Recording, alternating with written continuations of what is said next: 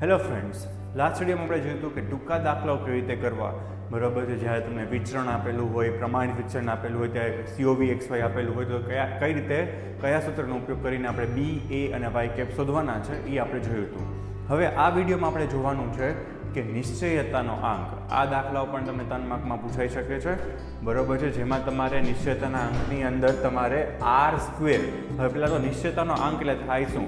આપણે જાણીએ છીએ કે જે બે ચલ વચ્ચે સહસંબંધ છે એ સહસંબંધવાળા ચલને આપણે અનુમાનિત કિંમત નિયત સંબંધ રેખામાં મેળવીએ છીએ. હવે આ નિયત સંબંધ રેખામાં જે અનુમાનિત કિંમત આપણે મેળવી છે એ કેટલી વિશ્વસનીય છે એની ચકાસણી તમે આની અંદર કરી શકો છો.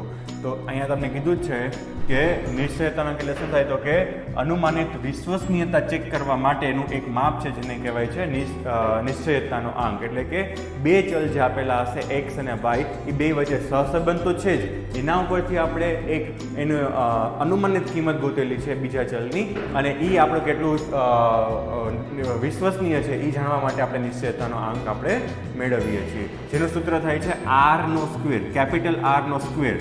બરાબર છે, જેમાં તમારે સહસંબંધનું સૂત્ર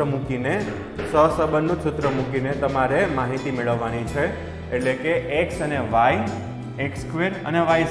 જેમ આપણે સહસંબંધ R ગોતીએ છીએ એવી જ રીતે આપણે R ગોત્યા બાદ એનો આપણે સ્ક્વેર કરવાનો આવશે. તમે સૂત્રમાં જોઈ શકો છો n xy minus sigma x sigma y વર્ગમૂળમાં n સિગ્મા x² x નો વર્ગ ગુણ્યા બીજા વર્ગમૂળમાં n સિગ્મા y નો વર્ગ સિગ્મા y આખાનો વર્ગ. આ રીતે તમારે સહસંબંધનું સૂત્ર મૂકી અને ત્યાર પછી એનો વર્ગ કરવાનો છે, જેને કહેવાય છે R². Thank you. If you want to see short videos of accounts, like statistics, go to the description and follow the link.